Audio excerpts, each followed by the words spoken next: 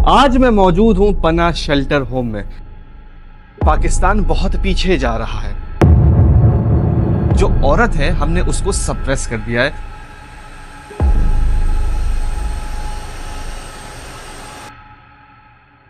पनागाह है क्या?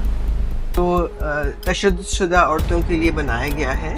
जब वो यहाँ रहे, उनका स्टे ऐसा हो, यहाँ से जब निकले तो अपने आप को बेहतर महसूस करें। जो निकल नहीं पाई हैं उस माहौल से। शेल्टर तो है, लेकिन इसके बारे में हर एक को इल्म नहीं है। परसों अखबार में मैं यही देख रही थी कि एक बेटा ने आंख को उठाया कि मेरे नाश्ता बताओ, तो उसने कहा कि मैं रोज़ा है, मैं थोड़ी देर में उठ जाती हूँ, तो उसने लाकर लोहे से उसका सर फाड़ दिया।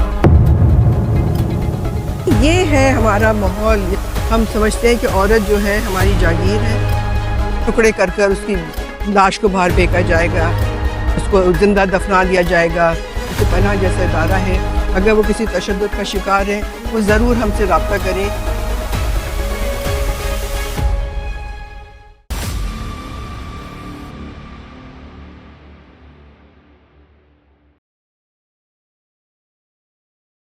आज मैं मौजूद हूं पना शेल्टर होम में। नाजरीन, पाकिस्तान के अंदर तकरीबन 90+ औरतें हैं परसेंट जो कि किसी न किसी तशद्दुद का शिकार होती है। मेंटली, फिजिकली, इमोशनली और बहुत सारे मामलात होते हैं। बट मसला ये है कि औरत जाए कहाँ, औरत रिपोर्ट किसको करे, औरत बात किससे करे। क्योंकि अगर वो अपनी माँ को कॉल करती हैं तो अनफॉर्चुनेटली वो यही बोलती हैं कि यही आपकी ज़िंदगी है, हमने भी इसी तरह से गुजारी थी, आपने भी इसी तरह से गुजारनी है। तो वो और सप्रेस से सप्रेस होती जाती है, और जो आने वाला उनका बच्चा है या बेटी है वो भी सप्रेस होती जाती है, होता जाता है। तो मामलात ज़िंदगी बहुत ख़तरनाक और गमगीन हो जाते हैं। मसला ये है कि पाकिस्तान बहुत पीछे जा रहा है। पीछे इसलिए जा रहा है क्योंकि जो औरत है हमने उसको सप्रेस कर दिया है, उसको कोर नहीं समझा है। पहले के दौर ये था कि हम बहुत औरतों को प्रमोट करते थे, कोर होती थी, चाहे इस्लामिकली हो, चाहे पाकिस्तान को आज़ाद करने की बात हो, अगर तो औरतों ने बहुत बड़ा किरदार अदा किया था। बट अनफॉर्चुनेटली हम उनको डिक्लाइन मोड में लेके जा रहे हैं। यहाँ पे आने का मकसद ये है कि हम सीख सके, जान सके, समझ सके कि क्या है ये शेल्टर होम, क्यों बनाया गया था, किसके लिए बनाया गया है, और भी बहुत सारी मालूमात करेंगे यहाँ की मैनेजिंग ट्रस्टी साहिबा से, जो कि को फाउंडर भी हैं यहाँ की, उज़मा नूरानी साहिबा से। चले आए मिलते हैं उज़मा नूरानी साहिबा से।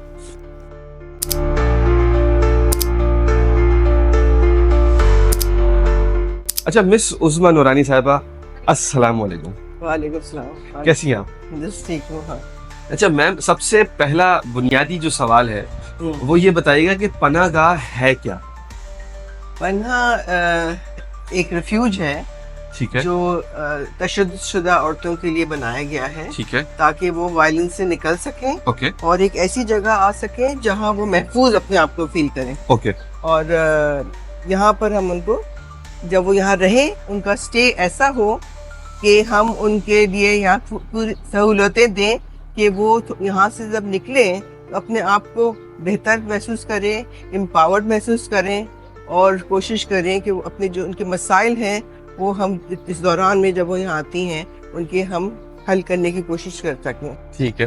तो मुख्तलिफ जो चीज़ें होती हैं, बेसिक दो चीज़ होती है, लीगल होती है जो उनकी ज़रूरियात होती है पहले, और फिर वो तो बेसिकली आपने जैसे हम एंटर करती लड़की, उसको हम जब आती है तो एक किट देते हैं, टॉयलेटरीज वगैरह का सबका रूल्स बता देते हैं, शेल्टर के क्या रूल्स हैं क्या नहीं है, और फिर वो अंदर जाती है। शुरू में तो जाहिर है वो भी नर्वस होती है, उसको भी नहीं पता कि कहाँ मैं आई हूँ, लेकिन कुछ अरसे बाद यहाँ पर बड़ा अच्छा माहौल मिलता है उसको, वो कंफर्टेबल हो जाती है। ठीक है। और जब लड़कियाँ सब होती हैं जो खुद किसी ना किसी वायलेंस के बैकग्राउंड से ही भी आती, कोई रीजन की वजह से यहाँ है ना, तो वो सब एक दूसरे का भी सपोर्ट ग्रुप बन जाता है ना। ठीक है। जब यहाँ रहती हैं वो एक दूसरे की कहानियाँ सुनती हैं, एक दूसरे के प्रॉब्लम शेयर करती हैं, रोती हैं, हंसती हैं, गाती हैं, अच्छा सा वक्त अपना गुजारती हैं। ठीक है। और अपने मसाइल की तरफ वो लोग चाहती हैं कि इनके मसाइल हल हो जाए। सही है। तो जब वो आती हैं हम पहले फिर उनको थोड़ा सा टाइम देते हैं, फिर सेटल डाउन होने का, फिर हमसे तो पूछते हैं कि भाई आपके क्यों रीजंस क्या हैं, यानी क्या चाहती हैं आप हमसे, do you need legal help, और do you want to just stay for, तो अगर वो कहती है हमें लीगल हेल्प चाहिए है, यानी कि खुला चाहिए है या बच्चों की कस्टडी चाहिए है, तो फिर हम उसको, हमारी जो लीगल टीम है उससे हम मुलाकात कराते हैं। अच्छा। तो जब वो अपने फिर उसका जो लीगल मैटर्स हैं, फिर वो जो लॉयर असाइन होते हैं वो उनको देखती है सारा। ठीक ठीक। और अच्छा, लेकिन पनाह का शुरू क्यों हुई, इसका क्या पीछे का थॉट प्रोसेस था, कब फाउंड हुआ था? बेसिकली आज अगर 25 साल हो गए हैं, यानी मैं इस इंस्टीट्यूशन से जब से वाबस्ता हूँ, हाँ। जब से ये बना था। ठीक। और इसके पीछे जो बैकग्राउंड वो यही है कि हम सिविल सोसाइटी की ऑर्गेनाइजेशंस जो थी, हम औरतों के लिए काम कर रहे होते थे। तो इस वक्त 25 साल पहले तो ये जो कराची का दारुल अमान था, काफ़ी बुरे हालात थे उसके ना, और हमारे लिए भी मुश्किल होती थी अगर हम किसी खातून को यहाँ भेजें तो भी हम मुलाकात कैसे करें, कोर्ट से ऑर्डर लेकर, कोर्ट से परमिशन लाओ, ये सब करो। हाँ। तो एक तरह का यहाँ पर इट वाज नॉट अ मतलब कैद सा हो जाता हाँ। था लड़कियों के लिए ना, और अच्छी सहूलतें भी नहीं थी। तो लिहाजा उस वक्त जब हम लोग ने, दारुल अमान तो था ही अपने जगह, लेकिन पनाह का हमने सोचा ये एक प्राइवेट शेल्टर बनाए, जो कि ऐसा शेल्टर हो जो औरतों को वो तमाम सहूलतें दे सके जो दूसरे दारुल अमान नहीं दे सक रहे हैं। ठीक है। जैसे लीगल हेल्प दे, उनकी काउंसलिंग हुए, उनके साथ अच्छा सलूक हो, उनके पास कोर्ट आने की आसानियाँ हो अपने केसेस हैंडल करने में, और सबसे बढ़कर जो हमारा मिशन है वो यही है कि हम ऐसा जगह उनको मुहैया करें कि वो अपने जो फैसले साजी में वो खुद फैसले करें हमारी सपोर्ट के साथ, ना कि हम उनके ऊपर कोई अपना फैसला मुसल्लत करें। तो हम उनको इंडिपेंडेंस देते हैं और सेल्फ कॉन्फिडेंस देते हैं, और हम उनके जो वो कहते हैं हम उनको ये बताते हैं ये चीज़ें तुम्हारे लिए हैं available, and then she has to make the choice, है ना, कि मुझे क्या करना है, कैसे आगे बढ़ना है। तो हमारा जो ये नॉन जजमेंटल एटीट्यूड होता है, हम नहीं ये सोचते हैं कि भाई तुमने क्यों छोड़ा, क्यों आई हो तुम, ये इस तरह से हम सवालात नहीं करते हैं। तुम आई हो, तुमने आपके साथ मसला है, ठीक है, तुम रहो और अपने मसले का हल ढूंढो जब तक तुम यहाँ रहना है। ये टेम्प्रेरी होता है ना। तो पनाह पहले प्राइवेट शेल्टर था जब हम लोग ने शुरुआत की 2001 में। और ये हमने आइडरू का जो प्रेमिसेस थे हमने वहाँ से शुरू किया था। वहाँ पर हमें एक खाली बिल्डिंग मिल गई थी जो एक ओल्ड पीपल्स होम के लिए बनी थी, और वहाँ हमें पूरी फर्निश थी वो। तो वी वर वेरी लकी। तो ग्रुप ऑफ पीपल जो आए थे मिलकर साथ, उसमें से कुछ लोग ने मिलकर फिर ये पनाह का इस्टेब्लिश किया और बोर्ड बनाया और सब कुछ किया। ठीक। तो उस तरह से। अच्छा, और अगर कोई अभी औरत देख रही है तो वो किस तरह से एडमिशन ले, वो मतलब किस तरह से पनाह गाह में आए, हो क्या सोच के आए कि मुझे क्या क्या कागजात लेके आने होंगे, मतलब क्या करना होगा, क्योंकि ऑब्वियसली उस वक्त तैयार तो वो होगी नहीं, वो अचानक से ही आएगी। कोई कागजात की हमें रिक्वायरमेंट नहीं होती। ठीक है। औरत आई है हम उसको ले लेते हैं। We don't ask for CNIC और एनीथिंग लाइक दैट। हमारी मेजॉरिटी तो औरतों के पास होते ही नहीं है जो यहाँ आती हैं, जो गांव से आती हैं या शहर से भी होती हैं। इतनी अफसोस की बात है कि आज के दौर में भी उनके पास CNIC नहीं होता है। तो हम कुछ नो क्वेश्चंस आस्क्ड। अच्छा, no questions asked. No in that way कि भाई रीजंस पूछ लेते हैं कि भाई क्यों, क्या तुम्हें चाहिए, तो फिर हम देख लेते हैं कि हम ये सब दे सकते हैं, तो then we take. It's not a permanent shelter. ठीक है। It's a temporary shelter. तो and that also we take cases जो परमानेंट शेल्टर होते हैं वो हमारे लिए मुश्किल होता है। अच्छा, ठीक है, ठीक है। टेम्परेरी का मतलब क्या, यानी वक्ती तौर पर, मतलब 3 months 6 months?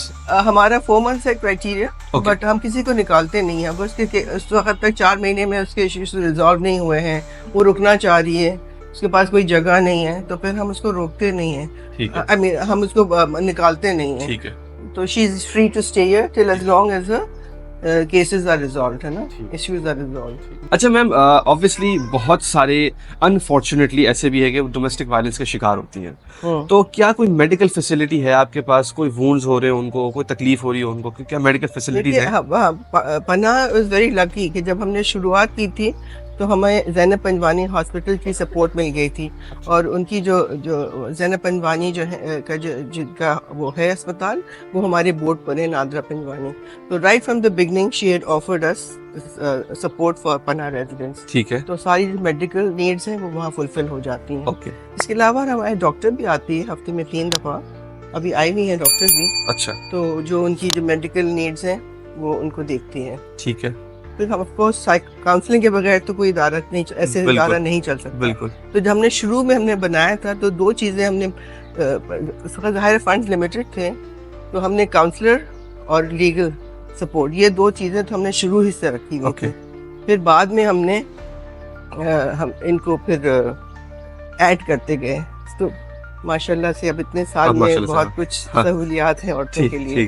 ठीक। अच्छा, काउंसलिंग का आपका मतलब वो ये कि ऑब्वियसली बहुत सारे लोग, मेजॉरिटी 99% जो औरतें होंगी वो ऑब्वियसली मेंटली चैलेंज्ड होंगी, बहुत मुश्किलात के शिकार होंगे, तो उनको साइकोलॉजी। मेंटली चैलेंज नहीं, अच्छा, दैट्स नॉट द राइट। अच्छा, आप मेंटली डिस्टर्ब हो सकती हैं, ठीक है, ट्रॉमा में हो सकती हैं, ओके, बट ये है कि वो आती हैं यहाँ पर, ऑब्वियसली काउंसलिंग की ज़रूरत होती है उनको ना, क्योंकि उनको देखना होता है कि उन्होंने फैसला सही किया है, गलत किया है, कैसे किया है, क्या करना है, एक कॉन्फिडेंस अपने आप में उनको करना पड़ता है। जी। ये हमारा क्लासरूम है। ओके। सुबह 9 से 12 यहाँ पर क्लासेस होते हैं। ठीक है। सारी सारी लड़कियाँ आती हैं और ये हमारी टीचर है उरूज, ये इनकी क्लासेस लेती हैं। आप उरूज क्या पढ़ाती हैं, आप बता सकती हैं? अस्सलाम वालेकुम। मैं यहाँ पे जुगनू की बुक्स पढ़ाती हूँ। हमारी 3 हैं, अव्वल, दोम और सोम। जो लड़कियों को पढ़ना लिखना नहीं आता, पहले वो नाम लिखना सीखती हैं, फिर इसके बाद हम उनको सिखाते हैं। और जो लड़कियाँ पढ़ी भी होती हैं तो फिर हम उनको थोड़ा सा बेसिक से ऊपर से सिखाते हैं। इंग्लिश है, मैथ्स है, वो हम पढ़ते हैं, पढ़ाते हैं। ये एवरीडे की है, 5 days in a week।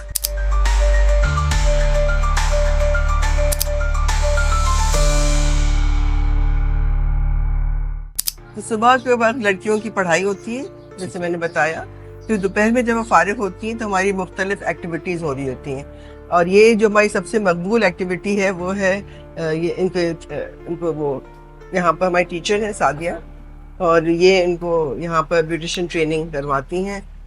3 महीने का कोर्स होता है। ठीक है। और उसके बाद इनको सर्टिफिकेट मिलता है। और यहाँ से लड़कियाँ एक ये भी एक हुनर है जो उनके आइंदा काम आ सकता है, बल्कि आया है, और लड़कियां गई हैं यहाँ से, पार्लर में काम करने लगे हैं। तो ये भी हमारी यही सोच होता है कि इनको कोई ऐसा स्किल सिखाएं, क्योंकि बहुत शॉर्ट टाइम पीरियड होता है, तो ऐसी स्किल सिखाएं जो वो आगे जाकर इस्तेमाल कर सकें। तो ये हमारी कुछ लड़कियां हैं जो अभी अपनी क्लासेस कर रही हैं।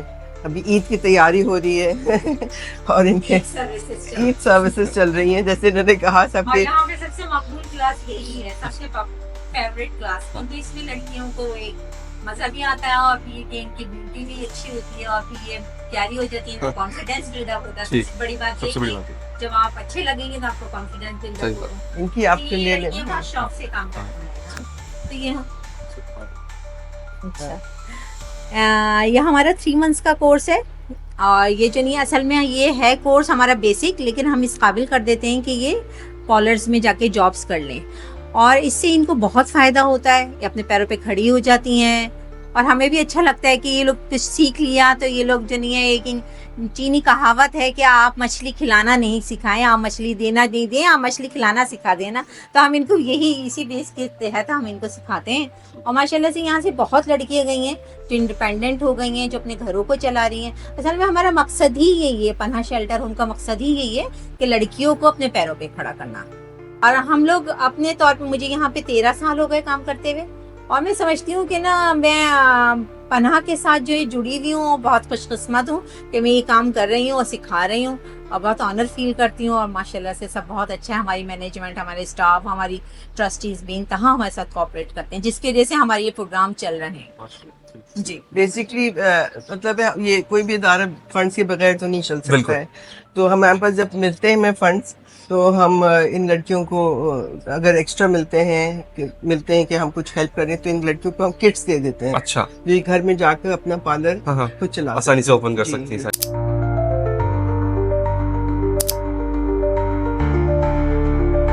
और यहाँ पर लड़कियाँ जिम भी करती हैं, ट्रेनर आती है। अच्छा। और योगा टीचर है वो। अच्छा, योगा भी होता है? योगा भी होता है, उनकी जिम की ट्रेनिंग भी होती है। वो शाम में आती है 5 बजे, तो इसलिए इस वक्त आपको नजर नहीं आ रही है यहाँ पर। ये इनके देखें, योगा मैट भी रखे हुए हैं।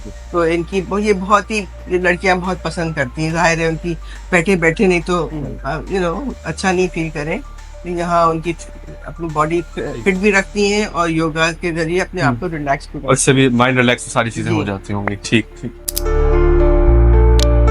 ये हमारे आर्ट्स एंड क्राफ्ट रूम है, और हमारी टीचर जो है जो हमारी पढ़ाती हैं वही यहाँ आकर आर्ट्स एंड क्राफ्ट सिखाती हैं। हफ्ते में 2 दिन ये आर्ट्स एंड क्राफ्ट लेती हैं अच्छा और बकिया दिन एज ए उनको एजुकेशन का देती हैं, लिटरेसी क्लासेस करती हैं। ठीक। तो आप देख सकते हैं कि इतनी इंटरेस्टिंग एक्टिविटीज़ होती हैं। और आर्ट्स एंड क्राफ्ट्स का मकसद ही यही था, ये जो हमने शुरू से रखा था कि लड़कियां मेंटली एट पीस हों, क्योंकि जब ये कुछ करती हैं अपने हाथों से इस्तेमाल करती हैं, पेंटिंग करती हैं तो अपने एक्सप्रेशन जाहिर करती हैं ना। तो ये अपने आर्ट्स के ज़रिए हम चाहते हैं ये करें। फिर ये जो प्रोडक्ट्स बनाती हैं, यहाँ पर कोई एग्जीबिशन होता है तो हम उधर ये डिस्प्ले करते हैं, तो जो प्रॉफिट होता है वो हम लड़कियों को देते हैं उसमें से, तो उनकी एक पॉकेट मनी भी यहाँ रहते हैं बन जाती है, अर्निंग भी बन जाती है।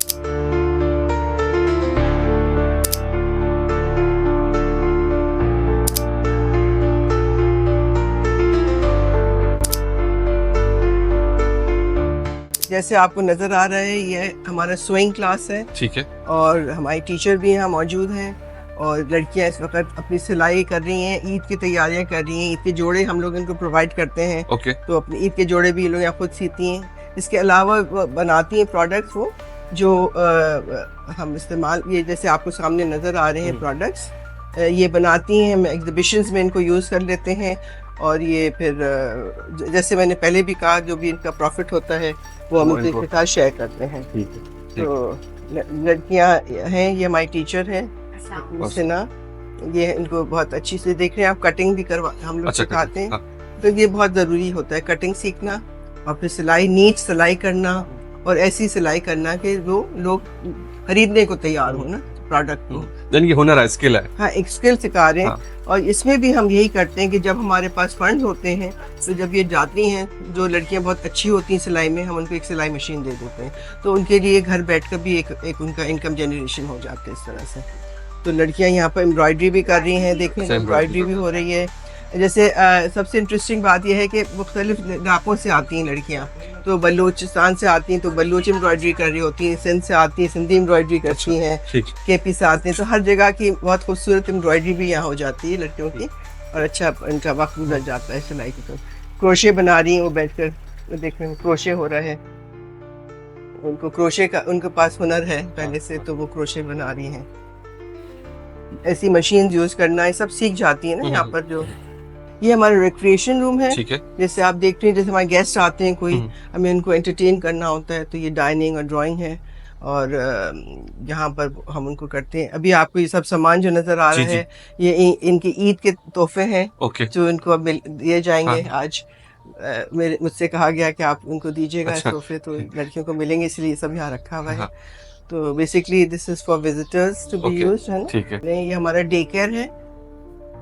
हमने मतलब हर ये रीसेंट है, हमें किसी फंड मिला था तो उसके तहत हमने ये शुरू किया था। अब हम खुद इसको रन कर रहे हैं। टीचर रखी भी हमने, जो आती है सुबह से 1 बजे तक, और जब ख़वातीन अंदर बिजी होती हैं ना अपनी एक्टिविटीज़ में, तो फिर उनको बच्चे डिस्टर्ब नहीं करते हैं। अब सब बच्चे यहाँ जमा होते हैं, उनको भी सिखाया जा रहा होता है, पढ़ाया जा रहा होता है इनको। ठीक है। वो कलरिंग, पेंटिंग, ये सारी चीज़ें कर रहे होते हैं, एक्टिविटीज़ करते हैं। और यहाँ ये हमारी टीचर हैं, ये इनके साथ वक्त गुजारती हैं।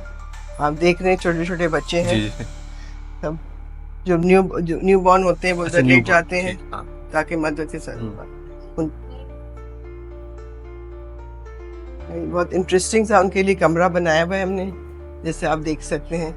ये हमने हायर किया था किसी को टू डू दिस डेकोरेशन के लिए ना। ये लड़कियों की हम जैसे आपने पूछा ना हेल्थ फैसिलिटी, तो ये हमारी इन हाउस डॉक्टर हैं जो हफ्ते में 3 दिन आती हैं, और इनकी जो भी उनकी एलिमेंट्स होती हैं छोटी मोटी, वो यहाँ लुक आफ्टर कर लेती हैं। और ज़्यादा अगर उनको एक्सटेंसिव ट्रीटमेंट चाहिए हो तो हम ज़ैनब पंजवानी हॉस्पिटल भेजते हैं। अच्छा। हमारे बहुत सारी डिलीवरीज भी होती हैं वहाँ पर, बेबीज भी डिलीवर होती हैं। बल्कि अभी रिसेंटली एक बेबी डिलीवर हुई है। वो है बेबी अभी है? अच्छा, ये 2 months हो रहे हैं तकरीबन। अच्छा, ये है। ठीक। अच्छा, ये हमारी डॉक्टर हैं। आप बता दें आप क्या करती हैं फिर? सलाम पहले करिएगा, उसके बाद अपना दीजिएगा। अस्सलाम वालेकुम, My name is Dr. Mehak Irfan and I am practicing here as an in-house doctor. So I used to treat the patients here for their day-to-day illnesses like fever or any chest congestion, including the adults and the children. Any problem that they are having, including their skin or any general problems that we can help them cure here in our setup. And we can also provide them treatment like IV treatments and nebulizations and IV drips वगैरह. We can also give them here.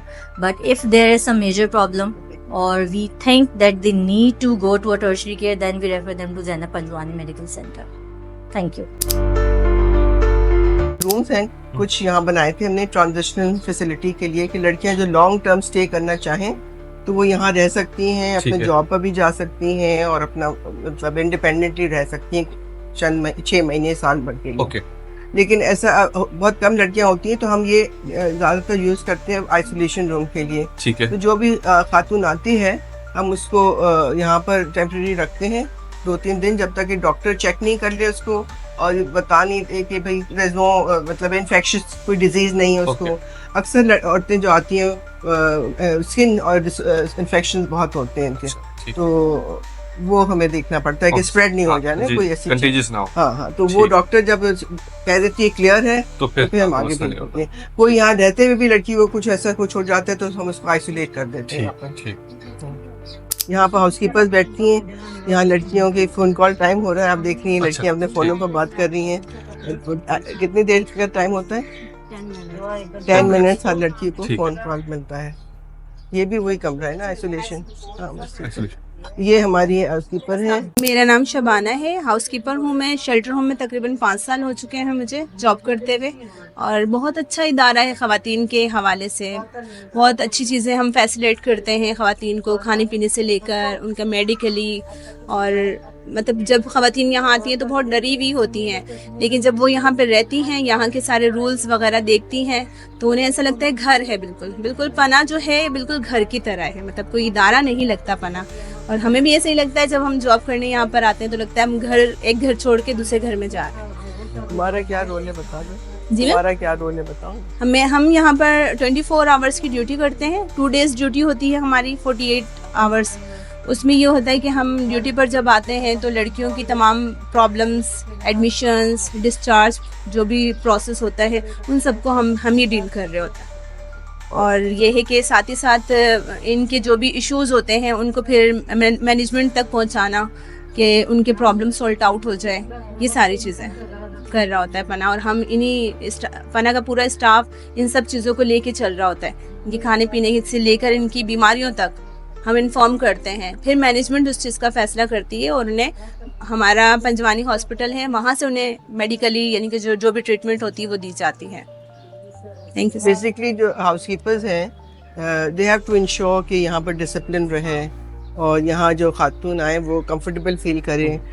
और यहाँ कोई अगर obviously they have to look कि कोई emergency नहीं हो जाए। बिल्कुल। लड़कियों को बहुत देखना पड़ता है, बहुत ख्याल रखना पड़ता है हमें, क्योंकि इदारा चलाने में जो लड़कियाँ आती हैं, जो ख़वातीन आती हैं, कभी डिस्टर्ब भी होती हैं कि कोई ऐसी नहीं वो करें जिसके अपने सेल्फ हार्म नहीं करें। तो ये जो हाउसकीपर्स हैं इनकी बहुत बड़ी जिम्मेदारी है। हाँ। ये गजाला है, ये भी हमारी दूसरी बहुत पुरानी हाउसकीपर है। मेरा नाम गजाला मंजूर है।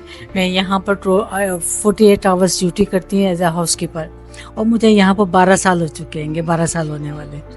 12 साल से क्या खदमत अंजाम दे रही है? 12 साल से ये खदमत दे रही है कि यहाँ पे लड़कियों के साथ देखभाल करनी है, उनको किस वक्त क्या प्रॉब्लम हो रही है, क्या तकलीफ हो रही है, फौरन उनको दिखाना होता है, बताना होता है। अगर हॉस्पिटल भेजना हो तो हम उनको हॉस्पिटल भी भिजवाते हैं फौरन अपने मैनेजमेंट से कह के। और डिसिप्लिन का भी बहुत ख्याल रखते हैं। डिसिप्लिन का तो बहुत ज़्यादा, और सफाई का खास तौर पे सफाई का बहुत ज़्यादा, लड़कियों की सफाई का बहुत ख्याल रखना, रोज़ाना नहाना धुलाना, कपड़े चेंज करवाने, ये सब हमारी जिम्मेदारी है।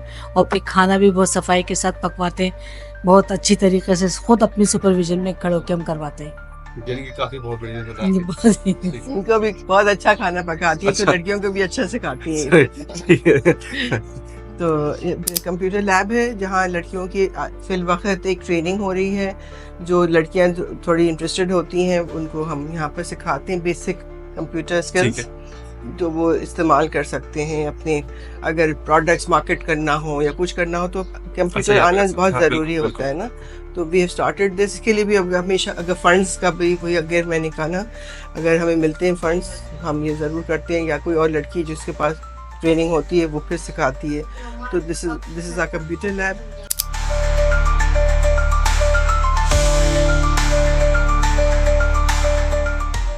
अस्सलामुअलैकुम, मेरा नाम रुबीना हफीज़ है और मैं क्लिनिकल साइकोलॉजिस्ट हूँ। शेल्टर में नॉर्मली जो केसेस आते हैं, जब वो एंटर होते हैं फर्स्ट तो ट्रॉमेटाइज होते हैं, क्योंकि ज़ाहिर बात है वो ब्रोकन फैमिलीज से होते हैं, कुछ डिवोर्स के केसेस होते हैं, कुछ डोमेस्टिक वायलेंस के साथ ख़वातीन आती हैं। तो जब वो एंटर होती हैं तो फ्रस्ट्रेशन उनमें बहुत ज़्यादा होती है और एंजाइटीज़ बहुत सारी तरह की उनमें पाई जाती हैं, डिप्रेशन होता है उनमें। तो फिर उनकी यहाँ पे हम असेसमेंट करते हैं, पहले पूरा उनकी हिस्ट्री लेते हैं, इनटेक लेते हैं डिटेल, उसके बाद डायग्नोसिस के बाद उसकी असेसमेंट की जाती है और उसके बाद उनकी साइकोथेरेपी प्रॉपर तरीके से स्टार्ट की जाती है, जिससे उनको हेल्प मिलती है कि वो अपने जो मेंटल इश्यूज़ होते हैं, प्रॉब्लम्स होती हैं, उनमें वो अपने आप को बेहतर फील करने लगती हैं और अपनी ज़िंदगी की तरफ वापस आने लगती हैं आहिस्ता आहिस्ता। इस तरह से सारा प्रोसेस हमारा होता है साइकोलॉजी में। Thank you.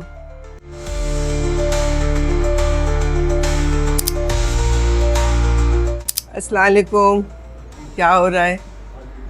ये हमारी ख़वातीन जो फ़ारिग हैं, जो क्लासेस में नहीं हैं, वो यहाँ बैठी हैं दिन भर। जब उनकी अपने सब कामों से फ़ारिग हो जाती हैं, अस्सलाम वालेकुम, तो वो यहाँ आकर टीवी देखती हैं और आपस में बातचीत करती हैं और अपने आप से मतलब रिलैक्स करती हैं यहाँ पर, है ना। जब अपने सुबह भर तो इनकी एक्टिविटीज़ चल रही होती हैं, खाना पकाना होता है, सारा कुछ करना होता है। दोपहर का टाइम मिलता है इनको कि यहाँ बैठें और रिलैक्स करें, टीवी देखें। शाम को ड्रामे देखती हैं, जो इनके पसंदीदा ड्रामे होते हैं वो दिखाए जाते हैं इनको यहाँ पर।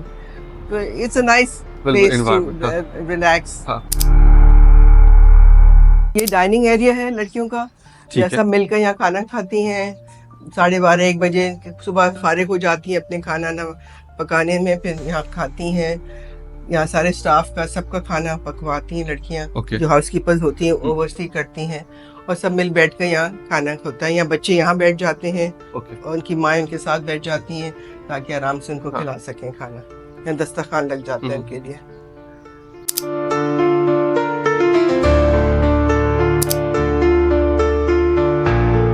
ये किचन है, इस वक्त खाना पकाना सब हो गया है, पक गया है खाना। अच्छा, हाँ, आजकल तो रमजान है ना, तो इसलिए रमजान की वजह से आपको चूल्हे बंद नजर आ रहे हैं, नहीं तो इस वक्त खाने पके होते हैं। अब दोपहर को इफ्तार की तैयारी होगी। यहाँ सबको इफ्तार मिलता है और खाना मिलता है, सुबह सहरी मिलती है। तो जो रखते, जो नहीं रख, कोई पाबंदी नहीं होती किसी के ऊपर, और जो नहीं रखते उनको फिर जो खाना तो थोड़ा बहुत होता है, बच्चों को ज़ाहिर दिया जाता है। तो आप देख सकते हैं बहुत नीट एंड क्लीन किचन है। सब लड़कियां मिलकर यहाँ काम करती हैं, एक कन्वेयर बेल्ट की तरह मिलकर रोटियां बनाती हैं, डिशेस होती हैं, सारा मिलजुल कर। और जो हमारे हाउसकीपर हैं वो ओवरसी करती हैं इसकी क्लीनलीनेस, इसकी हर चीज़ को, बर्तन। तो आप देख रहे हैं ये बहुत यानी कोई गंदगी आपको नजर नहीं आएगी।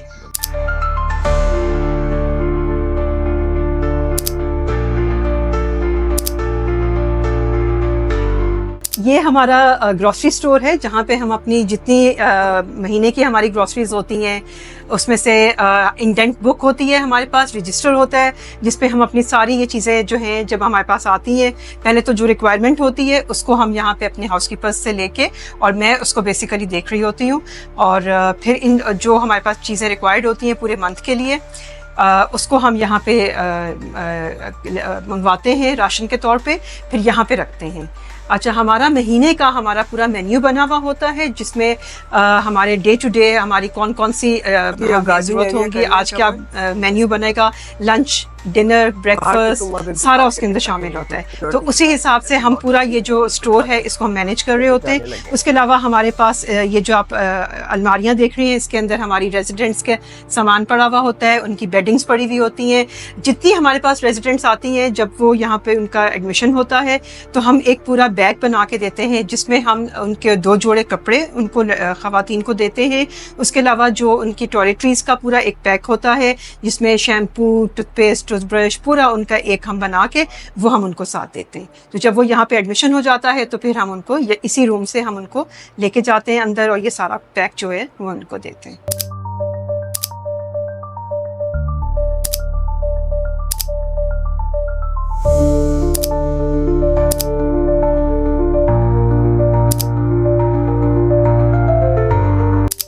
हम लोग 3 months का हमारा होता है NLB का सर्टिफिकेट डिस्ट्रीब्यूशन, तो उसमें हम इनको ना लड़कियों के हम टैबलोस करते हैं, करवाते हैं लड़कियों से ना। तो उसमें हम विमेन के हवाले से, फिर जो वायलेंस के जो हमारे लॉस वाले में हैं उसके हवाले से हम इनको स्किट्स वगैरह करवाते हैं। अच्छा, वो बड़ा अच्छा हो जाता है ना कि ख़वातीन को अवेयरनेस आ जाती है, एंगेजमेंट भी हो जाती है उससे, भी हो जाती है, फिर प्रैक्टिस करती हैं ये लोग डांस गाना ये वो सारी चीजें चल रही होती हैं। दे फील वेरी हैप्पी, ये देखो हमारे लिए कितना इन लोगों ने सोचा, और फिर ये खुद ही कर रही होती हैं, सब वो खुद मैनेज करती हैं, गाने भी गा रही होती हैं। मिलादुन नबी हम जरूर सेलिब्रेट करते हैं। अच्छा, ठीक है, उसमें भी लड़कियां मिलाद और सारी चीजें पार्टिसिपेट करती हैं, खुद नाश्ते तैयार करती हैं और पूरा बड़ा अच्छा सा एक माहौल बन जाता है, वो बड़ा अच्छा हो जाता है। तो ये जैसे हम बैठे हुए हैं, ये बहुत ही खूबसूरत एक कोर्टयार्ड है। हमने जब रेनोवेशन किए थे तो इसमें हम चाहते थे कि दरख्तों को हम प्रिजर्व करें। ये सब अच्छा। आप देख रहे हैं, बहुत पुराने दरख्त लगे हुए हैं और इसको एक अच्छा सा एरिया बनाए कि ख़वातीन अगर स्टाफ यहाँ बैठना चाहे या कोई विजिटर्स आए बैठना चाहें, अगर कोई लॉयर है वो हम लोग विजिटिंग आवर्स जब होते हैं फैमिलीज़ के साथ तो हम यही करते हैं कि जो लॉयर या साइकोलॉजिस्ट भी होती है ना, या अगर हम लड़कियों को चाहते हैं कि रिकंसाइल करना तो हम उनको भी बिठाते हैं। अच्छा, ताकि रिकंसिलिएशन जो हो तो वो अच्छी तरह से हो और टर्म्स एंड कंडीशन लिस्ट हो जाएं और वो जो भी मतलब है वो अपनी राइट्स को समझते हुए रिकंसाइल करें। नहीं तो हम लोग और जो हम किसी को ज़बरदस्ती नहीं रिकंसाइल कराते। तो हमारे जो पास जो है प्रो बोनो लॉयर्स हैं, ओके, जो यहाँ इनको हम इनको फ्री लीगल एड प्रोवाइड करते हैं। ये हमारा बहुत ही इम्पोर्टेंट और बहुत ही बड़ा कंपोनेंट है जिसमें काफ़ी अखराजात होते हैं। इसको लॉयर्स की फ़ीस देना, कोर्ट की फ़ीस देना, सारा कुछ करना। तो हमारे पास एक होती इन हाउस लॉयर है और इसके अलावा प्रो बोनो लॉयर्स हैं जो उनके केसेस लुक आफ्टर करती हैं। तो कोर्ट में जाकर वो रिप्रेजेंट करती हैं पना को। जैसे मैंने बताया आपको कि जब खातून को कोर्ट में प्रोडक्शन होता है तो एक हमारी हाउसकीपर उसके साथ जाती है। हमने गाड़ियाँ प्रोवाइड की हुई हैं, वो गाड़ी में लोग जाती हैं, गाड़ी में वापस आती हैं, पुलिस गार्ड भी उनके साथ जाता है। तो ओवरऑल हमें उनकी सिक्योरिटी को बहुत अच्छी तरह मैनेज करना पड़ता है क्योंकि उनके जो लवाहिकीन होते हैं, उनके रिश्तेदार होते हैं, वो कोर्ट पर भी पहुँच जाते हैं ना। बिल्कुल। तो वहाँ पर उनकी सिक्योरिटी का हमें इंश्योर करना पड़ता है, इसीलिए पुलिस भी साथ में जाती है। ठीक। तो ये है। फिर शाम के वक्त लड़कियां यहाँ आती हैं बाहर, अगर आप बाहर देखना चाहें तो बहुत अच्छा हमारा बहुत बड़ा सा गार्डन एरिया है। सबसे अच्छी इस की है कि बहुत बड़े एरिया पर हमें मिला हुआ है ये, और माशाल्लाह हमने इसका एक एक कोना यूज़ किया हुआ है जो कि पहले नहीं हुआ हुआ था। अच्छा।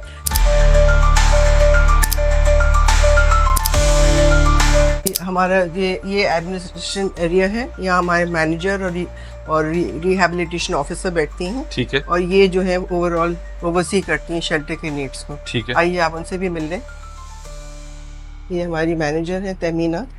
अस्सलाम वालेकुम, कैसी हैं आप? बिल्कुल ठीक, आप सुनाएं? अल्हम्दुलिल्लाह बिल्कुल ठीक ठाक। अच्छा मैम, यहाँ पे आप क्या कर रही होती है, कब से यहाँ से आप जुड़ी हुई है पनामा से? जी, मुझे 1 साल हो गया है ऑलमोस्ट जी, और लास्ट ईयर मैंने जनवरी 2024 में ज्वाइन किया था और मुझे तकरीबन 1 साल हो गया यहाँ पे, और बहुत ज़बरदस्त काम हो रहा है यहाँ पे and I am really proud to be a part of it, और बहुत अच्छा लग रहा है यहाँ पे मुझे। और स्पेशली जो हमारे ट्रस्टीज़ हैं वो इतना हमारे साथ कोऑपरेट करते हैं, इतने हेल्पफुल होते हैं हैं, और जितना बाकी हमारा स्टाफ है they are really very good.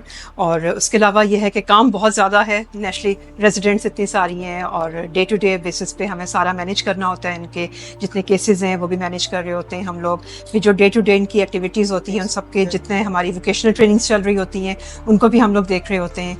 उसके अलावा जो इनकी मेडिकल की ट्रीटमेंट्स हैं, और जो कोर्ट में केसेस लाना ले जाना, इनको कौन कौन से कोर्ट्स में लेके जाना है, और लॉयर्स के साथ कोऑर्डिनेशन करना, वो सारा हम लोगों का काम होता है। ये काफी जी। सही बात है। बहुत ज़्यादा जी बिल्कुल। ये हमारी रिहैब ऑफिसर है।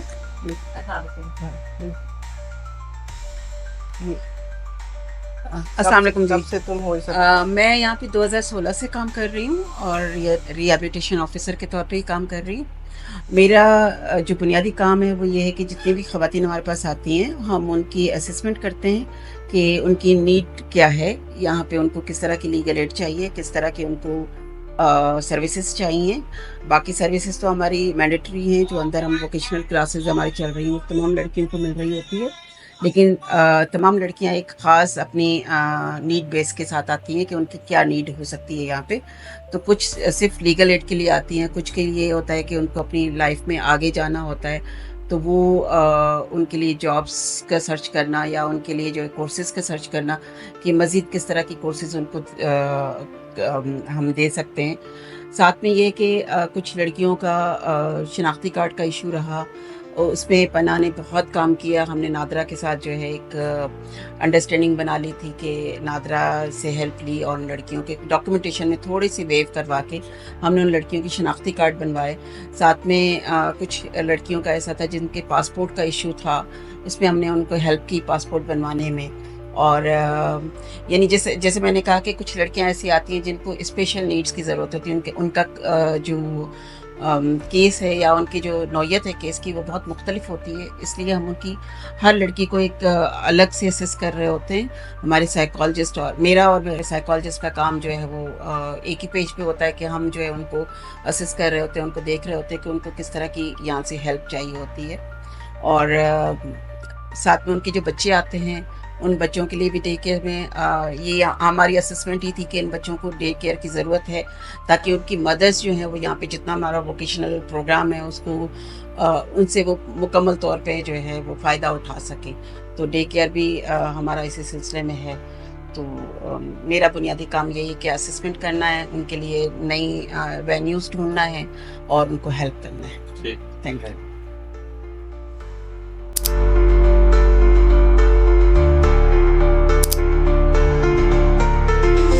एडमिशन फॉर्म पूरा डिटेल, क्या है बैकग्राउंड, शौहर क्या करता है, कितने बच्चे हैं, पूरा डेटा कलेक्शन भी होती है हमारे यहाँ। तो ये पूरा डेटा है इनका, और ये फिर हम इसको वो कर देते हैं, डिजिटाइज कर देते हैं। फिर ये रिकॉर्ड हाँ रिकॉर्ड है। ये मैनेजिंग जो मुलाकातें होती हैं वो यहाँ डालती हैं। अच्छा ओके ठीक है। मैनेजर को फिर मैं आकर ये सारी देखती हूँ चीज़ें क्या है। मैं हर खातून से जो ऐसे सेंसिटिव केसेस होते हैं उनसे मिलती हूँ और गाइड करती हूँ।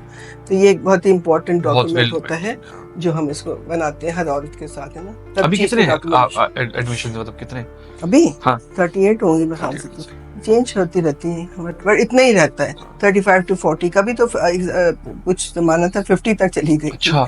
तो थोड़ा सा वो मसला हो जाता है। अच्छा हमारे पास कोई स्पेस की वो नहीं है, स्पेस है ना।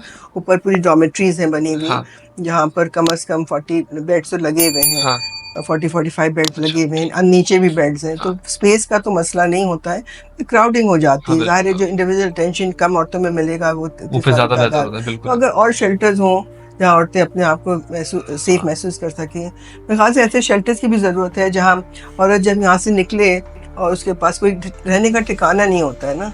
तो अगर ऐसी कोई जगह हो जाए, कोई अगर बन जाए छोटी हाउसिंग स्कीम औरतों के लिए, जो यू नो औरतों को गवर्नमेंट ही अगर प्रोवाइड कर दे है ना, एक सेफ स्पेस कि ख़वातीन आए वहाँ, उनको 6 महीने का टाइम मिले कि वहाँ उसके अंदर वो कुछ ना कुछ कर पाए अपने लिए, आगे बढ़ जाए, घर ढूंढ लें, जो भी कर लें। तो मतलब बहुत कुछ कर सकता है स्टेट अगर चाहे तो। अब कहने को तो बहुत सारी पेपर पर चीज़ें तो हुई हुई हैं, लॉज बने हुए हैं, लेकिन उनकी इम्प्लीमेंटेशन नहीं हुई है। इदारे भी बनाए हैं, उन्होंने वो भी क्राइसिस सेंटर्स भी बनाए हुए हैं, लेकिन they are not really functional. And सबसे ज़्यादा ज़रूरी है, मैं आपको ये बताऊं कि ये फैसिलिटीज़ जो है ना, ये हर कोई के हाथ में नहीं होना चाहिए। जो स्टाफ होता है उसको जेंडर सेंसिटाइज होना चाहिए, उसको पता होना चाहिए कि किस तरह से हमें रवैया रखना है औरत के साथ। ये नहीं कि वो घबरा कर चली जाए कि यहाँ तो यहाँ और एक मुसीबत से निकली हूँ तो दूसरी मुसीबत में आ गई हूँ, यानी एक कैद खाने से निकल के वो दूसरे कैद खाने में आ जाएगी, तो औरत तो ज़ाहिर है कोई अच्छा नहीं महसूस करेगी ना। तो सहूलियात जो हों वो बेहतर बनाई जाएँ। हमारे पास यहाँ 25 साल हो गए दारुल उलूम के साथ। आई विश कि दूसरे दारुल उलूम भी इस तरह बन जाते हैं। कोई भी नहीं है, कोई लेकिन अभी तक बेहतरी हुई है।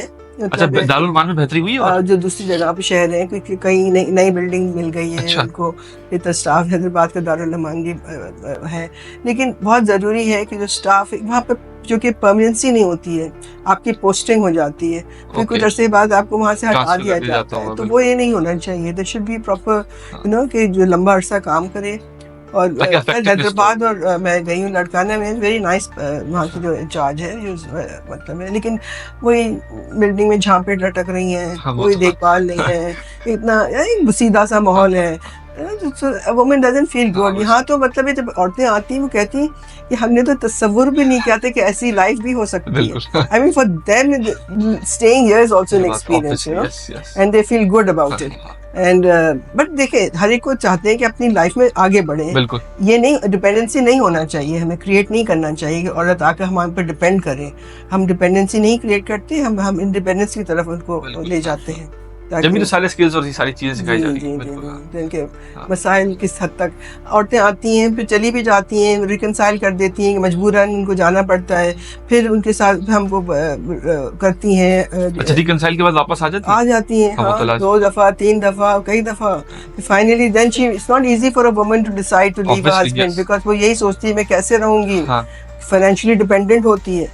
तो जब तक औरत फाइनेंशियली इंडिपेंडेंट नहीं होएगी तो वो अपने फैसले इतनी जुर्रत के साथ नहीं कर सकेगी ना। तो बच्चा ट्रॉमेटाइज हो रहा होगा। बच्चे ट्रॉमेटाइज होते हैं, ऑफ कोर्स। सबसे बड़ा इसमें होता है जो सफ़र में बच्चों पर गुजरती है। अब यहाँ जो बच्चे आते हैं, हम कोशिश यही करते हैं, जैसे हमने कहा ना, डे केयर में उनको अच्छे सा माहौल दिया हुआ है, जहाँ खुश होते हैं, वो खेलते हैं। उन्होंने कभी ऐसा देखा भी नहीं होती फैसिलिटी, उनको कहानियाँ सुन रहे हैं, खेल कर रहे हैं, तो अच्छा फील करते हैं वो लोग। और मैं वही सोची कैसे ही बच्चे इतने खुश रखते हैं इतने वैसे माहौल से आए हुए होते हैं। आई थिंक उनका एक साइकोलॉजिकल वो होता होगा, बैरियर्स लगा लेते होंगे बच्चे, है ना, कि भाई हमें तो डील करना है अपने आप से, कुछ कर नहीं सकते। हाँ, तो really I marvel at those children who come here and how, like you know, they have managed कि नई जगह आ गए हैं, घर से निकल गए हैं, अब यहाँ का एडजस्ट करना है। तो कम से कम यहाँ मेरी कोशिश ये होती है कि उनका अच्छा उनको वक्त गुजरे, उनको खेल करें, उनको गिफ्ट्स दिए जाएं, उनके ईद पर सबको कपड़े मिलेंगे। और बहुत सारे हमारे पास ये भी है कि लोग जो है ना हमारे पास आ रहे होते हैं, because now people know that this is the shelter where if you give something it will be used for the benefits of the residents, है ना। ये नहीं होगा कि स्टाफ के पॉकेट में चला जाएगा। तो यहाँ ट्रांसपेरेंसी तो है। पूरे रमज़ान भर कोई कुछ इफ्तारी अरेंज कर रहा होता है, तो कोई ईद के कपड़े भेज रहा होता है, कोई चूड़ियाँ मेहंदी भेज रहा होता है, और हम लोग भी खुद अरेंज करते हैं उनको कपड़े। तो हमारा पर जिम्मेदार अगर नहीं आते हैं तो हमें भी देना पड़ते हैं। इस दफ़ा आ गए हैं, हमें किसी फंड के ज़रिए मिले हैं। बीच में ये आए थे हमारे एक नेशनल फूड वाले, उन्होंने उनके साथ प्रोग्राम बहुत अच्छा सा किया था और सारों लड़कियों को गिफ्ट्स दिए थे। तो लड़कियां आती जाती रहती हैं, तो जो नई लड़कियां आई हैं तो उनको तो फिर देना पड़ेगा हमने। तो I mean, we have a lot of community support, and I'm very grateful for that. I'm very grateful for the many, like I said, when we founded this shelter, Rotary Club जो है, उसने बहुत हमें support किया था, sunset millennium का। फिर हमारे साथ जो कांस्टेंट अभी सपोर्ट है पिछले 12-13 साल से, वो है inner wheel club of Karachi metropolitan, जो हमारे बहुत सारे प्रोग्राम स्पॉन्सर करता है। ये सारी चीज़ें जो है हम अपने तौर से तो तभी नहीं चला सकते। सही बात। तो हमें जब तक लोग सपोर्ट नहीं करेंगे, हम कैसे आगे बढ़ेंगे, हम कैसे अपने प्रोग्राम्स को बेहतर बनाएंगे। वहाँ पर सपोर्ट है, वो सारे जो आपने देखे हैं प्रोग्राम उनके लिए ना। अभी हमें केयर इलेक्ट्रिक से मिल गया है सपोर्ट, फर्स्ट टाइम हमें मिला है फॉर इनफॉर्मल एजुकेशन प्रोग्राम। तो जब ये सपोर्ट मिलता है हम उसमें बेहतर कर सकते हैं। वेयर एंड टेयर बहुत होता है, इस पर काफ़ी अखराजात हमें हो जाते हैं।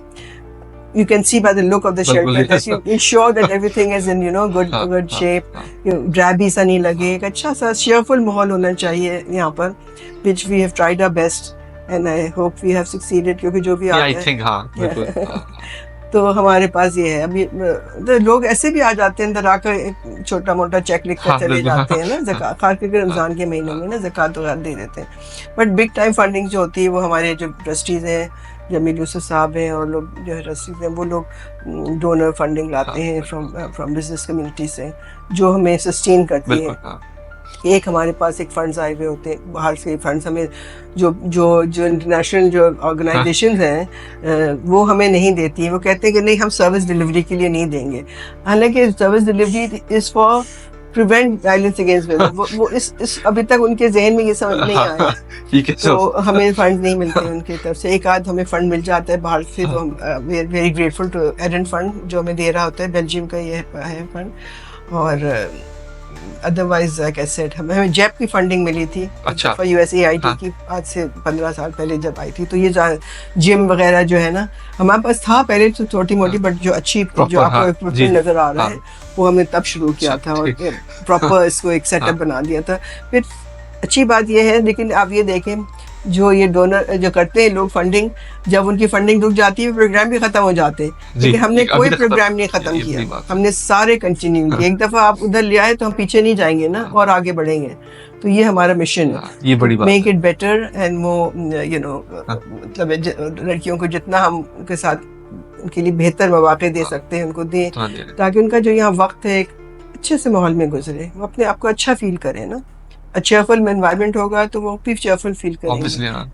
और इनकी काउंसलिंग करना, उनसे मिलना, उनके आकर मेरे साथ बैठती हैं, अपने आंसू बहाती हैं, अपनी स्टोरी शेयर करती हैं। It's heart breaking for me, for so many years. मेरे लिए यही है ना कि मैं ये हार्ट ब्रेकिंग स्टोरी सुनकर मुझे लगा था कि एक शेल्टर तो होना चाहिए कि औरत को तहफ़्फ़ुज़ कुछ अरसे तो मिल सके और आगे बढ़ सके ज़िंदगी में। It's very important, shelters are very important.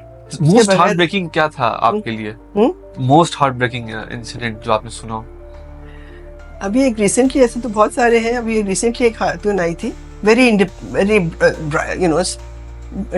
सी थी, और वो अपने हस्बैंड से लड़कर आई थी। उसने पुलिस में रिपोर्ट भी किया था कि मेरे हस्बैंड जो है मेरे साथ वो करता है, लेकिन पुलिस ने रिस्पॉन्ड नहीं किया था। He was a rich man, but जो है नंबर 2 टाइप ऑफ बिजनेस था, उसके पास ब्लैक मनी था ना, टाइप ऑफ थिंग। तो बलीज पे और कभी उसने खरीदा हुआ था सब कुछ। तो वो औरत आई यहाँ पर और उसकी बच्ची वो नहीं ला सकी थी, अपनी बच्ची छोड़ आई थी। तो फिर आखिर में उसने फिर फैसला किया कि वापस अपने हस्बैंड के पास जाएगी। हालांकि जब उसने दिखाया यहाँ कट, उसको पूरे जिस्म पर कट थे, निशान थे, तेज़ाब फेंका हुआ था जगह जगह पर, उसने इतना ज़्यादा तशद्दुद था उसके ऊपर। बट वो मैं कहती हूँ कि आई थिंक चली गई। मुझे उसका बहुत दुख हुआ। ये देखो, औरत जो है इतनी डिपेंडेंट है ना कि वो इतने सारे तशद्दुद के बावजूद अपनी बेटी के खातिर चली गई वापस, और उसको यही लगा, फिर शायद आगे जाकर उसने यही फैसला किया था कि वो जाएगी वापस और किसी न किसी तरह अपने भाई का सपोर्ट लेकर फिर निकलेगी बाहर, है ना। उसमें वो स्पिरिट थी, फाइटिंग स्पिरिट थी। तो वो बहुत ज़रूरी है कि हम औरत को वो अपनी स्पिरिट उसकी वापस दें, जो यहाँ पर क्योंकि कुचल दी जाती है ना वो स्पिरिट उसकी, मार खा कर बर्दाश्त कर करके औरतों की। फिर वो औरत के लिए ना, फिर वो इतना आसान नहीं होता है कि वो घर से बाहर निकल जाए। बच्चों को लेकर आती है ना, 3-3 4-4 बच्चे लेकर निकलती हैं घर से। तो वो जब उनको कोई सहारा मिलता है ना किसी से, चाहे वो कोई भी हो, तो उसके सहारे से वही आती हैं। तो औरतें कोर्ट में बहुत ज़्यादा जाती हैं। अब वो समझती हैं यहाँ मुझे इंसाफ मिलेगा, तो कोर्ट में जाती हैं, वहाँ पे इनको कोई वकील मिल जाते हैं, और फिर क्या होता है, फिर वो कोर्ट के सामने जाती हैं, तो कोर्ट उनको यहाँ भेज देता है प्रोटेक्शन के लिए, उनकी देखभाल के लिए। जब हम लोग 2007 में हमें मिला था दारुल अमान। इससे पहले पनाह जो था लोकेटेड था आईडीरू प्रेमिसेस में, और शुरुआत पनाह की उधर से हुई थी। ठीक है। और जो बोर्ड हमारा जो बना है वो शुरू से वही तकरीबन बोर्ड है। हमने जस्टिस माजिदा रिजवी को अपना चेयरपर्सन अपॉइंट किया था। जमील यूसुफ हमें शुरू से इस प्रोजेक्ट में फाउंडर ट्रस्टीज में से हम लोग। हमने फिर डॉक्टर नाइजा को इन्वाइट किया, डॉक्टर जस्टिस शाइफ उस्मानी को इनवाइट किया, और नादरा पंजवानी को इनवाइट किया। शुरू में हमारे साथ डॉक्टर हबीबा हसन थी जो हमारे फाउंडर ट्रस्टीज में से हैं। फिर वो जब चली गई तो हमने नादरा पंजवानी को इंडक्ट कर दिया था। तो ये था हमें, जब हम लोग मतलब जैसे मैं बताया पन्हा वहाँ फंक्शन कर रहा था, लेकिन हमें वो जगह छोड़ना थी।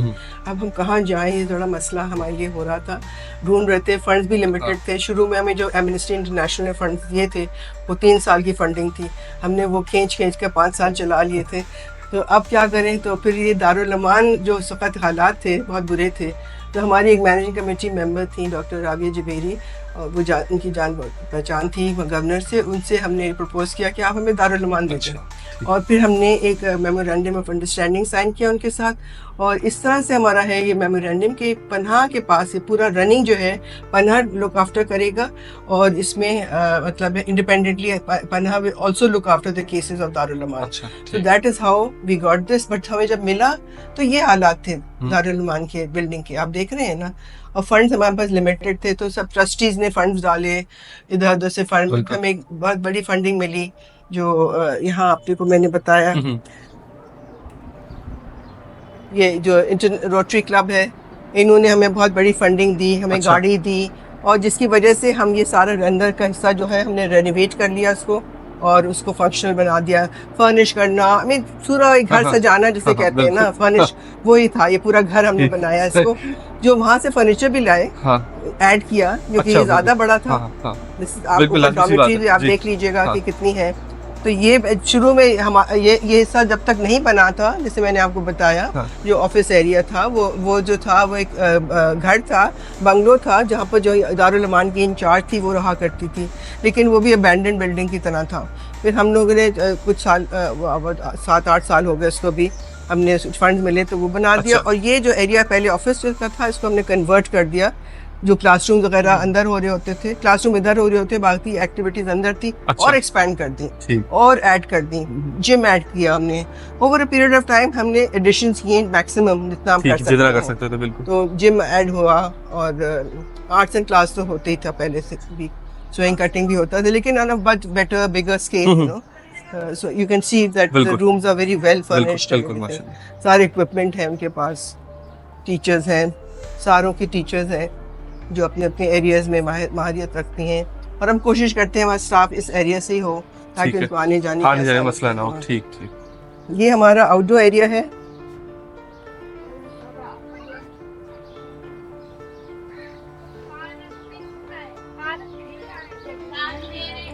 यहाँ ख़वातीन जो हैं शाम के वक्त, यहाँ 5 बजे जब ऑफिस बंद हो जाता है, ख़वातीन यहाँ आती हैं, बाहर खेल करती हैं, बच्चे एंजॉय करते हैं, झूले लगे हुए उनके लिए। तो एक घंटा 1.5 घंटा उनको यहाँ आउटडोर एरिया मिल जाता है। यहाँ वो बैडमिंटन का वो लग जाता है, तो बैडमिंटन खेलती हैं। ठीक है। छोटा जो भी उनके इंटरेस्ट, इंडोर गेम्स अलग होते हैं और ये आउटडोर गेम्स अलग होते हैं। तो ये आप देख सकते हैं, ये हमारा बहुत अच्छा गार्डन एरिया है। ये गार्डन जैसे मैंने अंदर दिखाया ना, ये खाला बिल्कुल एक अबैंडन जगह थी, ये इसका इस्तेमाल नहीं होता था। ये पूरे यहाँ बोर्ड लगे हुए थे, लड़कियां बाहर नहीं देख सकती थी। अच्छा। ऊपर भी सारे बोर्ड लगे हुए थे, जैसे कैद खाना। ये कैद खाने का दरवाजा था। अच्छा, वाकई यहाँ से लड़कियां जाती थी कोर्ट, यहाँ गाड़ी खड़ी होती थी, यहाँ से लड़कियां एंट्री करती थी। तो ये पूरा कॉन्सेप्ट ही हमने बदल दिया ना, कि shelter should not be jail, it should be a refuge for women to overcome their problems and to give them a support structure where they can feel comfortable and think about what their future action should be. Basically that is what our aim is. तो ये garden area भी आपने देख लिया। तो founder trustees में से जैसे मैंने आपको बताया, फिर एक मैनेजिंग कमेटी भी रही है हमारे साथ, आती जाती रही है मुख्तलिफ लोग जो मैनेजमेंट में देखते हैं, लेकिन as managing trustee I oversee most of the management and I come here on a regular basis.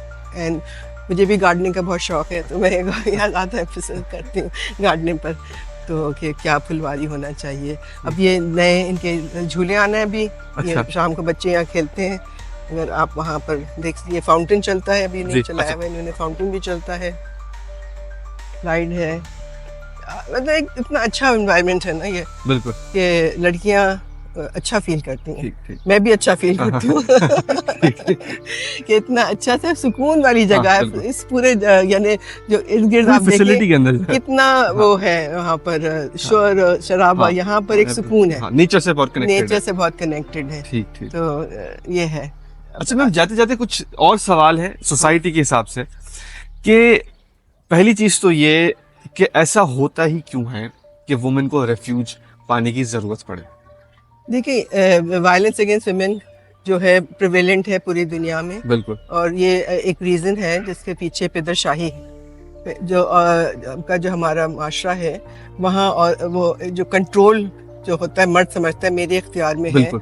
और औरत को वो कंट्रोल करना चाहता है। जैसे मैंने बता रही थी कि पिदरशाही का चूँकि माशरा है हमारा, उधर ये औरतों पर तशद्दुद प्रिवेलेंट है। यहाँ पर मेरे ख्याल से 98% ख़वातीन जो है किसी न किसी अपनी ज़िंदगी के दौर में तशद्दुद का शिकार होती हैं। 98%? जी जी जी जी। यहाँ पर मतलब है एक तो डोमेस्टिक वायलेंस है, फैमिली वायलेंस होता है, या सांस बीमारी होती है, तो पावर स्ट्रक्चर जो है ना कि तुम नीचे हो मैं ऊपर हूँ, जी जी। वो कंट्रोल जब होना होता है तो फिर इसमें वायलेंस भी होता है। तो औरतों को वो मतलब कितनी एक हद होती है कि औरत बर्दाश्त करे ना तशद्दुद को, और अफसोस ये है कि कितनी सारी ख़वातीन हैं जो निकल नहीं पाई हैं उस माहौल से, अभी तक कितनी सफ़र कर रही हैं, और वो इसीलिए सफ़र कर रही हैं क्योंकि जैसे मैंने बताया शेल्टर तो है लेकिन इसके बारे में हर एक को इल्म नहीं है। बेसिकली होना तो यही चाहिए कि हर डिस्ट्रिक्ट में एक होना चाहिए एक शेल्टर फैसिलिटी जहां औरतों को स्ट्रेट अवे करीब हो, फ़ौरन जा सकें, रिपोर्ट कर सकें। पुलिस होना चाहिए जो उनके साथ कोऑपरेट करे। शुरू में जब पनाह बना था उस वक्त तो पुलिस का ये हालम था कि वो कहते थे कि ये तो तुम्हारा फैमिली मैटर है, तो पुलिस यहाँ क्यों आई हो। तो अब वो सारे मतलब इतने सालों काम करने से औरतों के ग्रुप्स, वुमेन्स राइट्स ग्रुप्स काम कर रहे हैं, तो हमने यही शऊर पैदा किया है कि भाई ये औरतों का मसला सबका मसला है। हमारे इट्स अ नेशनल क्राइसिस। अगर इतनी आपकी औरतें पिट रही हैं, मर रही हैं, मारी जा रही हैं, जैसे मैंने बताया परसों अखबार में मैं यही देख रही थी कि एक बेटा ने आँख को उठाया कि मेरे नाश्ता बताओ, तो उसने कहा कि मैं अभी रोज़ा है, मैं थोड़ी देर में उठ जाती हूँ, तो उसने लाकर लोहे से उसका सर फाड़ दिया और मार दिया उसको। यानी ये है हमारा माहौल। यानी हम समझते हैं कि औरत जो है हमारी जागीर है, उसको जिस तरह चाहो रोन दो, कुछ भी करो, मारो, और तो ये शेल्टर्स तो जितने हों उतने कम है। और ये 2025 में हो रहा है। 2025 में हो रहा है। तो जब हम लोग ने शुरुआत की थी उस वक्त ऑनर किलिंग के केसेस बहुत आ रहे होते थे, सो कॉल्ड ऑनर किलिंग। तो उस वक्त बल्कि हुआ यही था कि एमनेस्टी इंटरनेशनल ने कहा कि हमारे पास एक डोनर आया है और वो कहते हैं इन औरतों को कैसे तहफ़्फ़ुज़ देना चाहिए। तो ग्रुप ऑफ वुमेन्स ऑर्गेनाइजेशंस हम लोग सब मिलकर आए। मेरा भी ताल्लुक वुमेन्स एक्शन फोरम से है, ह्यूमन राइट्स कमीशन पाकिस्तान से भी है। हम सब मिलकर बैठे कि हमें क्या चीज़ चाहिए ज़्यादा, और तो हमने यही सोचा कि shelter is the best way to give them protection. And Jamil Yusuf साहब भी हमारे साथ आ गए, CPLC के वो हेड थे उस वक्त, तो उनके पास भी केसेस आते थे, मैं उनके साथ भी काम कर रही होती थी। तो इस तरह से एक ग्रुप गॉट टुगेदर, हमने फिर शेल्टर के वो किया, और जैसे मैंने आपको बताया हमने बोर्ड फॉर्म किया, और अब ये इस बोर्ड के अंडर चलता है। हमारे बताए बोर्ड मेंबर्स कौन कौन हैं। तो लीगल के जो मैटर्स हैं वो जस्टिस माजिदा रिजवी जो हैं वो लुक आफ्टर कर लेती हैं, गाइडेंस देती हैं, जो लॉयर है उसको, केसेस को। मैं भी रोज़ जब आती हूँ तो फाइलें देखती हूँ, फॉलो अप करती हूँ, क्योंकि हमारा यही है कि बहुत ट्रांसपेरेंसी है, बहुत चेक्स एंड बैलेंसेस हैं। तो कोई हम नहीं चाहते कि कोई स्टाफ भी अंदर कोई किसी तरह से एक्सप्लॉइट करे कोई औरत को, है ना। तो हमारे लिए ये बहुत ज़रूरी है कि हम इस पर नज़र रखें, वर्किंग पर नज़र रखें। और हमारा जो अप्रोच है इट्स नॉन जजमेंटल अप्रोच होता है। हम किसी खातून को जज नहीं करते हैं कि भाई तुम यहाँ आई हो, कोई भी रिलीजन हो, आप कोई भी रिलीजन हो, क्यों बस तुम आई हो। हम सवाल ये नहीं पूछते कि तुमने क्यों छोड़ा है, क्यों नहीं कि तुमने कोशिश की रहने की हस्बैंड के साथ, ये सब हम मशवरे उसको नहीं देते हैं। और वो लड़की, वो खातून वो खुद अपना फैसला करती हैं और वो यहाँ आती है हमारे पास। क्योंकि हम दारुल अमान के साथ मर्ज हो गए हैं 2007 से, तो अब हमारे पास कोर्ट ऑर्डर केसेस भी आते हैं। इनिशियली तो हमारे पास सिर्फ जो हमारे केसेस थे वो थे डायरेक्टली आती थी ख़वातीन, तो अब हमारे यहाँ दोनों तरफ से आते हैं, कोर्ट ऑर्डर से भी आते हैं, डायरेक्टली भी आते हैं, NGOs भी रेफ़र करती हैं। अच्छा। तो इस तरह से सबको पता है। अब तो माशाल्लाह 25 साल हो गए हैं, तो इस अप्रैल में 25 साल हो जाएंगे। तो हमने जब शुरू किया था वो पैसे भी हमारे पास आए भी नहीं थे, हमने शुरू कर दिया था। एंड लाइक वैसे पीपल कम फॉरवर्ड, अगर देखते हैं कि अच्छे लोग चला रहे हैं तो हमें वो, जैसे इन्फाक फाउंडेशन ने हमें वो बिल्डिंग दे दी थी ना वहाँ पर आइडियरू प्रेमिसेस के अंदर, तो वो हमें फर्निश बिल्डिंग मिल गई, तो हमें बहुत अच्छी शुरुआत हो गई हमारी फिर इस तरह से।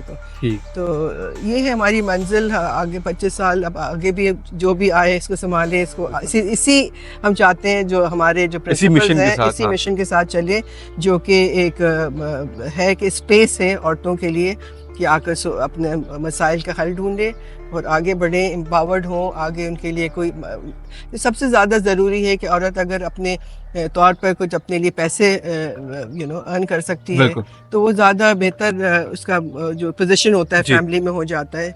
लेकिन फिर यही है कि जो मर्द है वो ये इजाज़त जो वाली बात है ना वो नहीं होना चाहिए ना। औरतों का हक है, हमारे तक औरतों को नहीं पता है उनके क्या क्या हुकूक हैं, तो उनको बताना ज़रूरी है कि वो इंसान है सबसे पहले। हाँ, उसके बाद फिर आपके जो भी रिश्ते बनते हैं उसमें भी बराबरी का उनका हक होना चाहिए है, ना कि उनको कमतर समझा जाए। तब तक कि हम ये माइंडसेट अपना चेंज नहीं करेंगे इसी तरह औरतों पर तशद्दुद होगा। और मैं चाहती हूँ जो भी ख़वातीन अगर इस प्रोग्राम को देख रही हों उनको पता हो कि पनाह जैसा इदारा है, अगर वो किसी तशद्दुद का शिकार है वो ज़रूर हमसे रब्ता करें और यहाँ आकर तशद्दुद से निजात पाएँ। तशद्दुद नहीं बर्दाश्त करना चाहिए किसी औरत को किसी वक्त। She should say no to violence. She should say no to violence. There is no space in society where it says that a woman can be beaten up, where she can be ridiculed. तो psychological का भी होती है, abuse होता है, और उनके साथ मेंटल अब्यूज़ होता है, फिज़िकल अब्यूज़ होता है, उन पर पाबंदियाँ लगाई जाती हैं, बाहर काम नहीं कर सकती हैं। तो जब तक कि हम औरत को एक बराबरी का मकाम नहीं देंगे ये माशरा तरक्की नहीं कर सकता। क्योंकि तकरीबन 50% जो हमारी ख़वातीन हैं जो इस पॉपुलेशन का हिस्सा हैं, तो अगर हम उनको पीछे रखेंगे तो मुल्क आगे नहीं बढ़ेंगे। तो मेरे नज़दीक जब तक के तशद्दुद को हम ख़ात्मा नहीं करेंगे, इसकी तरफ नहीं देखेंगे, जो स्टेट है इसको एक प्रायोरिटी बेसिस पर देखना चाहिए कि ये इसको तशद्दुद को रोका जाए। कब तक ये ऐसे केसेस आएंगे जहाँ औरत के टुकड़े टुकड़े कर उसकी लाश को बाहर फेंका जाएगा, या उसको ज़िंदा दफना दिया जाएगा, या उसको कारी के नाम पर कत्ल कर दिया जाएगा। ये सारी चीज़ें जब ही रुकेंगी जब एक हमारा जो कानून है वो इम्प्लीमेंट होगा, माशरे में हम लोग मैसेजेस अच्छे देंगे। स्टेट की तरफ से आना चाहिए कि औरतें जो हैं बराबर का हिस्सा हैं और उनके तहफ़्फ़ुज़ मिलना चाहिए। जो भी यहाँ पर जो इदारे हैं, पुलिस है जो पहला एंट्री पॉइंट होता है औरत के लिए मैनी टाइम्स के जहाँ आकर रिपोर्ट करती है तशद्दुद, उनकी भी सेंसिटिविटी होना चाहिए, जेंडर सेंसिटाइज्ड होना चाहिए हैं, जो अब किसी हद तक हो रहे हैं लेकिन still a long way to go. And everybody should be aware that when a woman is leaving a home, वो खुशी से नहीं निकलती है, हमेशा कोई वजह होती है, तो उस पर कोई उंगलियां उठाना जो है ये भी गलत चीज़ है। और ये जो शेल्टर्स हैं इनके यहाँ बहुत महफूज है, इनके ऊपर कोई ऐसी बुरी इसके ऊपर लेबलिंग नहीं करना चाहिए। जितने शेल्टर्स होंगे इतने औरतों को तहफ़्फ़ुज़ मिलेगा, इतनी औरतें आगे अपनी तशद्दुद से निजात पा सकेंगी।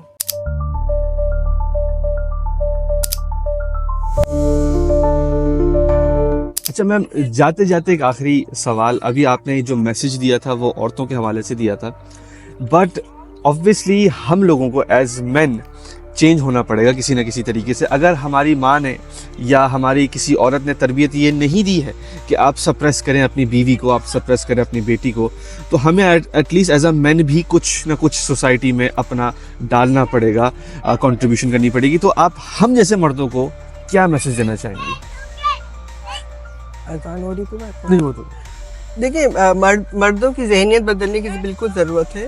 उनको जब हम आए माशरे में अक्सर ये होता है कि अब इस हद तक कि हम चले गए हैं कि हम औरतों को तालीम तो दे देते हैं, लेकिन जब उनकी वो शादी का वक्त आता है और ख़ातून अपनी मर्ज़ी की शादी करना चाहती है तो हम उस पर पाबंदी लगा देते हैं। ठीक है ना, तो वो जहनियत तो नहीं बदली ना। आपने इतना दे दिया, पावर कर दिया उसको कि चलो तालीम तो कर लो, लेकिन तालीम लेकर तुम अपने आप को बाशऊर बनाओ, वो तब्दीली लाने की ज़रूरत है। जब आप औरत को तालीम दे रहे हैं तो उसको सारी वो सहूलतें मिलना चाहिए कि वो अपने आप को एम्पावर्ड फील कर सकें। तो वो अपनी मर्ज़ी से शादी करना चाहे तो कर सकते, जॉब करना चाहे तो कर ले। तो जब हम अपने इर्द गिर्द माहौल बदलेंगे तो मर्दों को एहसास होगा कि भाई औरत जो है उसका मकाम इक्वल है। मतलब अभी तक हमारे यहाँ औरतें जो आ रही हैं काम करने के लिए, उनके साथ हरासमेंट कितनी होती है, वर्क प्लेस हरासमेंट भी, ये बहुत बड़ा इशू है, इसीलिए इस पर कानून साजी हुई है।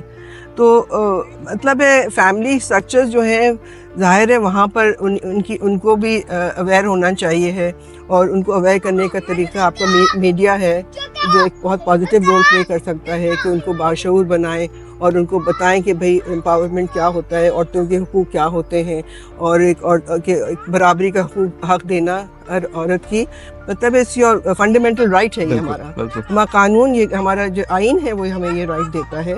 तो किसी फैमिली के ऊपर ये नहीं है कि वो उनको पीछे रखे और मर्दों को आगे रखे। तो जहनियत बदलने में ये मैं समझती हूँ हमेशा माँ के ऊपर जिम्मेदारी डाल दी जाती है कि वो परवरिश कर रही होती है, लेकिन सबसे ज़्यादा सिर्फ माँ के ऊपर जिम्मेदारी नहीं होती, इस बाप पर भी होती है, उसका कैसा रिलेशनशिप है अपनी बीवी के साथ। तो घर में जब माहौल होगा बराबरी का, तो वो ऑलरेडी अब तक ऑटोमेटिकली मैसेज जा रहा होता है। अब हमारे शहरों में भी जब इतना हाल है ये कि तशद्दुद हो रहा होता है, तो आप हमारे गांव में तो बहुत ज़्यादा, वहाँ तो बहुत ज़्यादा है, औरत को नहीं मिल रहा है माहौल। तो सबसे ज़्यादा पॉजिटिव मैसेजेस जाएं, औरतों को दिखाएं। जब हम उनको काम दे रहे होते हैं कि जाओ तुम फील्ड में जाकर काम करो, तो जब वो काम कर रही हैं, वो काम का जो उनको एवज मिल रहा है वो उनका होना चाहिए, ना कि वो जाकर अपने हस्बैंड को दे दे। तो ये सारे जो स्टेट है उसको इंश्योर करना चाहिए कि औरतों को जो उनका लेबर है उसका जो उनको आमदनी है वो औरत के नाम होना चाहिए। तो आई थिंक जैसे इक़दाम तो हुए हैं, जैसे income Benazir income support programme है वो औरतों के लिए फोकस है, ज़मीनें दी जा रही हैं। तो औरतों को जब तक आप मटीरियली एम्पावर करेंगे वो शायद रफ्ता रफ्ता माहौल बदलेगा। तो गांव में जैसे ज़मीन दी, अगर एक औरत को ज़मीन मिल जाती है तो वो ऑलरेडी वहाँ पर वो उसकी मुखिया बन जाती है, और वो डिसीजन मेकिंग में बराबर की वो शरीक हो जाती है। तो it's all about how much a woman is empowered, चाहे वो मटीरियली हो, फिजिकली हो, इंडिपेंडेंस उसको देना चाहिए। बहुत सारे फैक्टर्स होते हैं that help women be equal in a society. हमारे मर्दों के साथ भी तशद्दुद हो रहा होता है, फैमिली वायलेंस हो रहा होता है, बाप बेटे को मार रहा होता है। तो ये सारे जो एक एनवायरनमेंट है वो बदलने की ज़रूरत है। हमें जितने हम इसके ऊपर बात करें, जितना शऊर बेदार करें, ऐसे ही माशरा बदलेगा। और जो हम सब इसी पर हम एक हैं, हर प्लेटफॉर्म से हम यही आवाज़ उठाते हैं कि औरतों को बराबरी का हक़ मिलना चाहिए। और हम स्टेट के साथ भी नेगोशिएट कर रहे होते हैं कानून साजी के लिए भी, और उन पर उनके वो रिस्पॉन्ड करें। कोई ऐसे केसेस भी आते हैं जो, तो मतलब एक कलेक्टिव काम की ज़रूरत है। ठीक है, किसी एक सिर्फ औरतों के ऊपर जिम्मेदारी नहीं डालना चाहिए। ये हर एक की माशरे में हर एक जिम्मेदारी है कि इस माशरे को बेहतर बनाएं, इस मुल्क का मुस्तकबिल बेहतर बनाएं।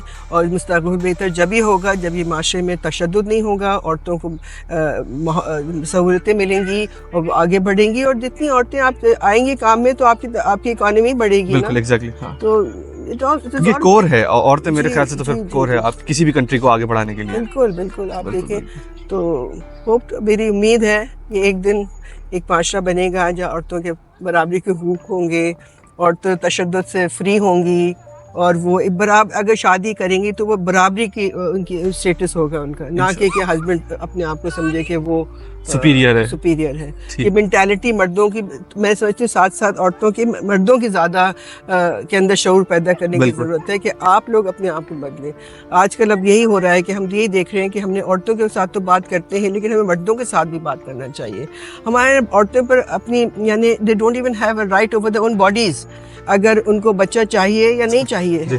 हाँ बिल्कुल। तो जब तक ये चीज़ें औरतों के इख्तियार में, आप 8-8, 10-10 बच्चे तो पैदा कर लेते हो, लेकिन सफ़र कौन करता है? वो औरत जो जन्म दे रही होती है इस बच्चे को, जो 9 महीने रखती है अपने पेट में, और उसके 10 बच्चों के बाद उसकी जो हालत हो जाती है।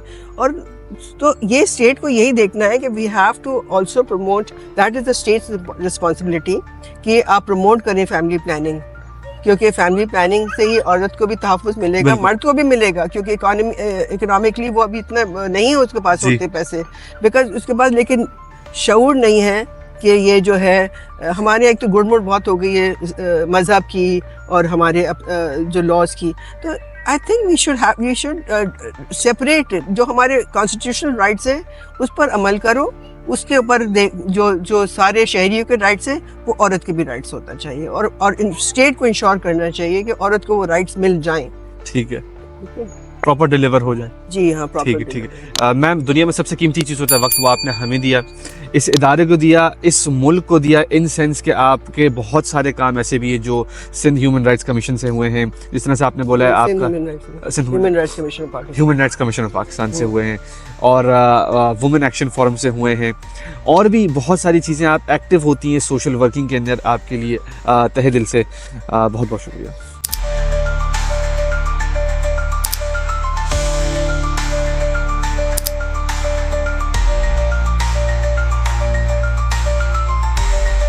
तो ये था आज का हमारा एपिसोड पना शेल्टर होम में मिस उज़मा नूरानी साहबा के साथ। नाजरीन, आज सीखने को ये है कि एक औरत के लिए शेल्टर होम है, वो भी कराची के मेन स्पॉट में, और इतने खूबसूरत अंदाज में इन लोगों ने बनाया है, मेंटेन किया है और ग्रो कर रहे हैं, नए से नए कोर्सेज डाल रहे हैं ताकि औरत एम्पावर हो सके, वो इंडिपेंडेंट हो सके, वो तशद्दुद ना सहे।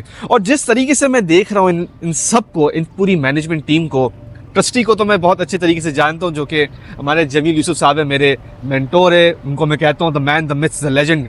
उनके इतनी खिदमात हैं कि अगर मैं शुरू करूं तो शायद आउटरो क्या पूरा शो ही ख़त्म हो जाए। बहरहाल, मुद्दे की बात यह है कि अगर आप एक औरत हैं और आप तशद्दुद सह रही हैं तो आप तशद्दुद ना सहें, अपने बच्चों के लिए भी ना सहें, बच्चों को उठाएं और पनाह गाह में आ जाएं। अच्छा, पनाह गाह नहीं है, ये पनाह शेल्टर होम है। इसका एड्रेस भी मैं आपको बता दूंगा, नीचे टिकर में मौजूद होगा। कभी भी कोई भी मसला हो औरतों के हवाले से, पनाह shelter home is always open for you. बहुत बड़ी, बहुत मैसिव कॉज है। उम्मीद हम यही करते हैं कि हम इनको सपोर्ट करते रहें और पाकिस्तान की पूरी आवाम इनको सपोर्ट करते रहें। इसी के साथ आपने क्या क्या सीखा कमेंट सेक्शन के अंदर बताना आपने। मिलते हैं अगले यूट्यूब और टिकटॉक की वीडियो में, फेसबुक और इंस्टाग्राम की पोस्ट में, ट्विटर यानी एक्स की ट्वीट्स, पिंटरेस्ट की पिन्स, लिंक्डइन की एक्टिविटीज़ और व्हाट्सएप की अपडेट्स में। इसी के साथ हसन अंसारी साइनिंग ऑफ।